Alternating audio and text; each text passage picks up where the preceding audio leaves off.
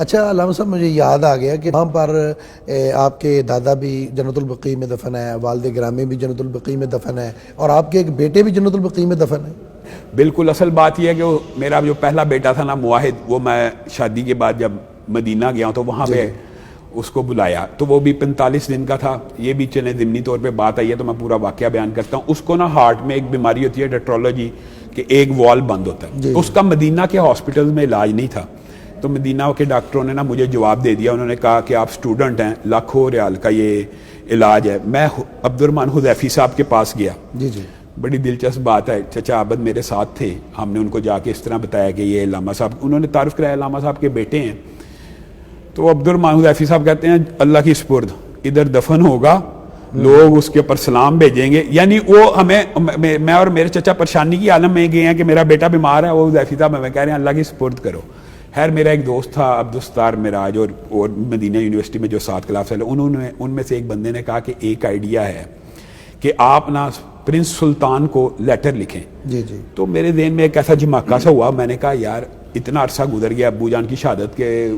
Knife اور سلطان وغیرہ ابو جان کو پتہ نہیں جانتے ہیں پہچانتے ہیں کہ نہیں، لیکن خدا کا کرنا ایسا ہوا کہ ابو جان کا نام جو مدینہ یونیورسٹی میں جا کے اندازہ ہوا، نہ صرف مدینہ یونیورسٹی کے علماء میں زندہ تھا بلکہ شاہی فیملی میں بھی اس طرح زندہ ہے۔ ابھی میں نے لیٹر بھیجا ہے بابر بھائی ٹیلی گراف،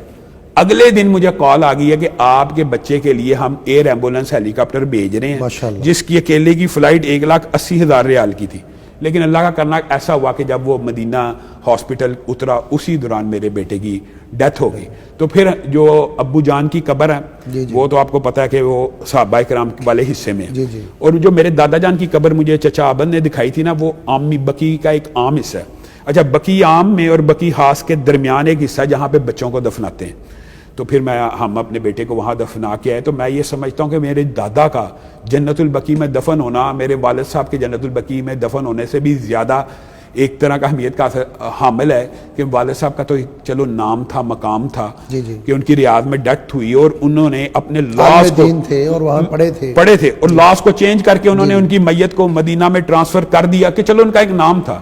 لیکن میرے دادا کی ریاض میں ڈیتھ ہونا اور ان کا جنت البقیع میں دفن ہونا، یہ کبھی ڈاکٹر فضل اللہ ہی اگر ہوں تو وہ آپ کو اس بات کی ڈیٹیل بتائیں گے کہ کتنی بڑی دادا وصیت کر گئے تھے کہ مجھے فضل اللہ تو نے دفن نہیں کرنا جب تک میں جنت البقیع میں دفن نہ ہوں۔ ایک لمبا چوڑا واقعہ ہے، تو وہاں پہ بھی اس وقت بھی جو